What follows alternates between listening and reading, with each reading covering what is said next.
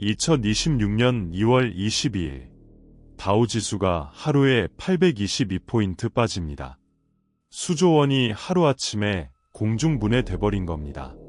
근데 이걸 만든 게 연준도 아니고 트럼프도 아니고 전쟁도 아니에요.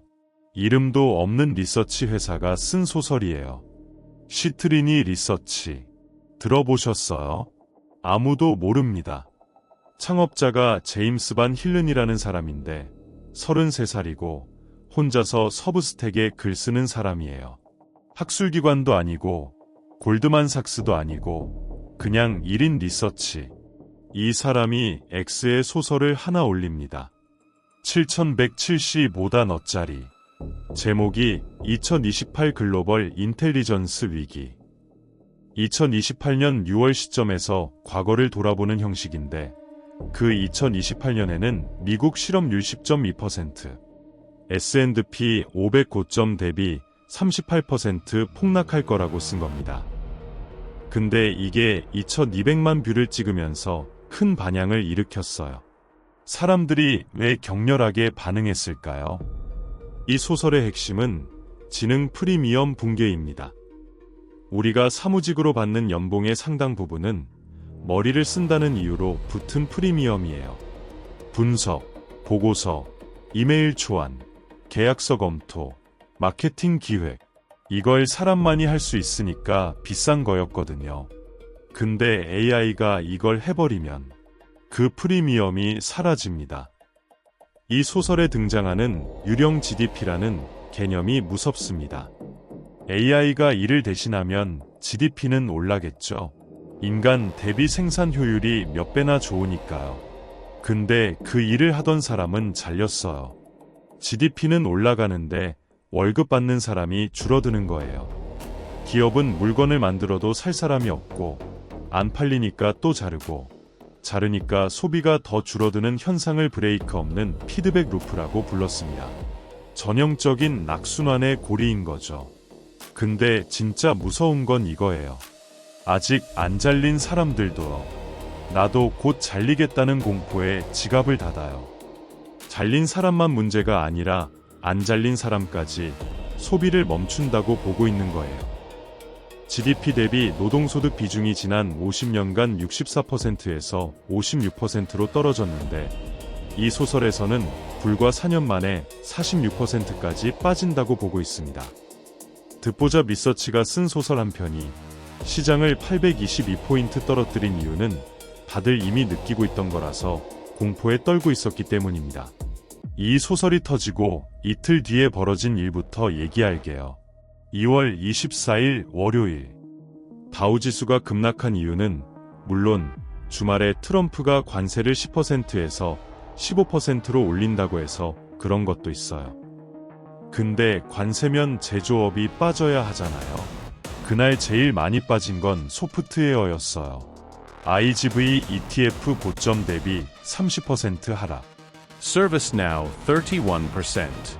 IBM, 데이터도그, 크라우스트라이크 전부 급락해서 하루아침에 소프트웨어 시총이 2천억 달러 증발했어요. 시장이 진짜 무서워한 건 관세가 아니라 AI였어요. 듣보잡 소설이 건드린 바로 그 지점. 성냥 자체가 무서운 게 아닙니다. 가스가 가득 찬 방에 성냥이 있다는 게 무서웠던 거예요. 그리고 이틀 뒤 이야기에서 가장 흥미로운 장면이 나옵니다. 2월 26일 엔비디아 4분기 실적 발표. 매출 681억 달러. 전년 대비 73% 성장. 다음 분기 가이던스 780억 달러. 월가 예상을 60억 달러 넘겼어요. 이 숫자가 어느 정도냐면요. 681억 달러면 분기 매출 하나로 웬만한 나라 GDP를 넘기는 수준이에요. 숫자를 읽기만 해도 기립박수 받을 자리입니다. 근데 젠슨 황이 숫자를 안 읽어요. 681억 달러를 옆에 놓고 방구석에서 소설 쓴 33살짜리한테 반박을 하고 있습니다. AI 에이전트는 소프트웨어를 대체하는 게 아닙니다. 브라우저를 쓰고 엑셀을 쓰고 셋플을 씁니다. 도구를 사용하는 겁니다.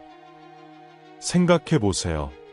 세계 시가총액 1위를 다투는 기업의 CEO가 역대급 성적표를 손에 쥐고 전 세계가 지켜보는 CNBC 카메라 앞에서 아무도 모르는 일인 리서처가 쓴 소설 한 편을 의식해서 해명을 하고 있는 거예요. 숫자 자랑을 하면 끝이에요. 73% 성장이면 그냥 웃으면서 가면 돼요. 근데 그렇게 안 한 거잖아요. 그 소설이 건드린 공포가 자기 제국의 기반을 흔들 수 있다는 걸 알고 있었기 때문이에요. 소설의 도미노가 뭐였죠? AI가 소프트웨어를 대체한다. 소프트웨어 산업이 죽는다. 대량 해고가 시작된다. 소비가 붕괴된다. 만약 이 도미노가 진짜 넘어가면 AI 반도체를 사줄 소프트웨어 기업이 없어져요. 그래서 젠슨 황은 첫 번째 도미노를 부정하러 나온 거예요. 대체가 아니라 사용이다. 도미노는 안 넘어간다. 시장 반응이요. 시나프시스 마이너스 3.6%, 케이던스 마이너스 0.9%, 서비스나우는 보합세를 유지하며 소설이 말한 것처럼 전멸하지는 않았습니다. 근데 반등도 안 했어요. AI의 황제가 직접 나서서 불을 껐는데도 시장은 반만 믿은 거예요. 짐 크레이머는 종말로는 과장이라 했고 골드만삭스는 연말 실업률 4.5%로 봤어요. 지금 4.3%니까 사실상 안 움직인다는 건데 소설이 말한 10.2%랑은 큰 차이가 있죠. 정반대 입장도 있습니다. 마이켈 블락라는 사람은 더 2028 글로벌 인텔리전스 붐을 올리면서 AI가 생산성을 올려서 중위소득이 오히려 18% 올라간다고 했습니다. 멸망 vs 번영. 멸망한다는 소설은 2200만 뷰를 찍으며 엄청난 반향을 일으킨 반면 번영 글은 조용합니다. 시장도 사람도 어느 쪽이 더 진짜 같은지 이미 투표한 거예요. 하지만 이걸 그냥 믿기 힘든 방구석 소설로 넘기기엔 좀 찜찜한 게 많이 있습니다. 이 소설이 말하는 거랑 비슷한 얘기를 하는 사람이 한둘이 아니거든요. 전 미국 대선 후보 앤드류 양은 12에서 18개월 내 수백만 화이트 칼라 해고될 것이라고 했고 사무직 7천만 명 중 20에서 50% 위험하다는 글도 썼습니다. 포레스터 리서치는 2030년까지 AI로 사라지는 미국 일자리 1040만 개라고 봤습니다. 2008년 금융위기 때 870만 개 날아갔는데 그거보다 많아요. 이미 현재 진행형이기도 합니다. 2025년 상반기 미국 IT 해고 69만 6천 명, 전년 대비 80% 증가했고요. IMF 총재는 다보스에서 선진국 일자리 60%가 AI 영향권이고 이는 산업계의 쓰나미다 라는 발언을 했죠. 그리고 브루킹스 연구소가 오픈 AI 데이터를 분석했는데요. 전체 노동자의 30% 이상이 자기 업무의 절반을 이에게 빼앗길 수 있다고 합니다. AI가 사무실을 습격한다는 겁니다. 여기까지 듣고 어휴 미국 얘기네 하시는 분 있을 거예요. 한국요. 이미 터졌습니다. 2026년 1월 고용 동향 숫자를 보세요. 전문, 과학, 기술 서비스업 취업자는 전년 대비 마이너스 9만 8천 명입니다. 2013년 통계 개편 이후 최대 감소폭을 찍었고 작년 12월에 5만 6천 명 줄었는데 한 달 만에 2배 가까이 사라진 겁니다. 회계사, 변호사, 통역, 번역, 리서치, 마케팅 기획 전부 책상 앞에서 컴퓨터로 하는 일이에요. 한국은행 보고서는 더 심각합니다. 지난 3년간 15에서 29세 일자리 감소 21만 1천 명 중 98.6%가 AI 노출도 높은 직종이라고 합니다. 청년 고용률은 43.6%로 5년 내 최저치를 기록했고요. 이게 단순히 실업자가 늘었다는 얘기가 아니에요. 다음 세대가 취업시장으로 들어올 문 자체가 고장나서 안 열리는 겁니다. 예전에 주니어 변호사 5명이 하던 문서 검색, 데이터 분석, 초안 작성을 지금은 시니어 1명이 AI로 처리합니다. 생산성은 당연히 올랐어요. 6명이 할 일을 1명 플러스 AI가 대체하니까요. 근데 주니어 채용이 싹 사라진 겁니다. 직업이 없어진 게 아니에요. 변호사라는 직업은 있어요. 근데 신입 변호사가 될 수 있는 길이 막힌 거예요. 회계사도 마찬가지고, 번역가도 마찬가지고, 마케터도 마찬가지예요. 그래서 가장 무서운 숫자가 이겁니다. 통계청이 일도 안 하고 구직도 안 하는 사람으로 분류한 수가 278만 명에 달한다고 합니다. 일자리를 잃은 게 아니라 아예 구직을 포기한 사람이 역대 최대라는 거예요. 문이 고장나서 들어갈 수 없다는 걸 본 사람들이 줄을 서는 걸 포기한 겁니다. 코리아 헤럴드 사설 제목이 실리콘 7이었어요. 실리콘 한파. 미국 월가 소설이 그린 미래가 아닙니다. 한국 통계청이 찍은 현재예요. 그러면 시트리니가 맞을까요? 젠슨 황이 맞을까요? 둘 다 맞을 수 있어요. 젠슨 황 말대로 AI는 도구를 사용합니다. 소프트웨어가 전멸하지는 않을 거예요. 근데 AI가 도구를 사용하면 그 도구를 다루던 사람은 줄어듭니다. 엑셀이 등장했을 때 회계사가 사라졌나요? 아니요. 주니어 회계사가 줄었어요.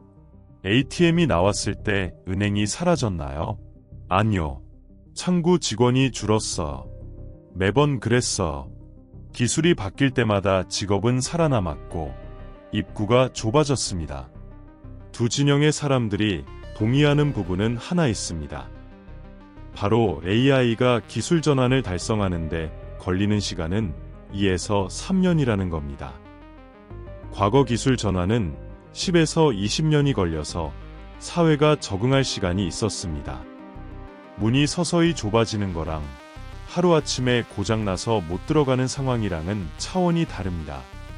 젠슨 황은 AI가 일자리를 대체하지 않는다고 했어요. 맞을 수 있어요.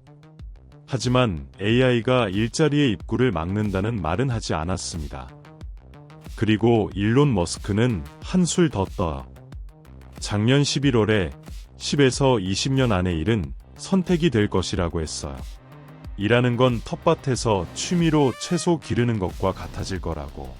젠슨 황은 괜찮다고 했고 머스크는 일 자체가 사라진다고 했어요.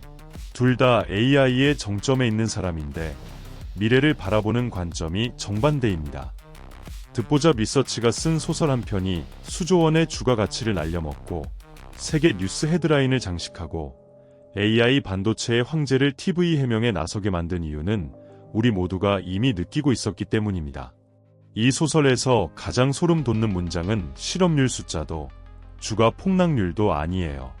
이 한 줄입니다. 머리가 좋으면 먹고 산다는 전제가 무너지고 있다. 공부를 잘하면 보상받는다가 한국 사회의 기본 계약이었어요. 수능 잘 봐서 고시 합격하거나 자격증 따서 대기업 공채 들어가서 잘 살 수 있다는 그 계약서는 이미 찢어지고 있는데 새 계약서는 아직 아무도 안 쓰고 있습니다.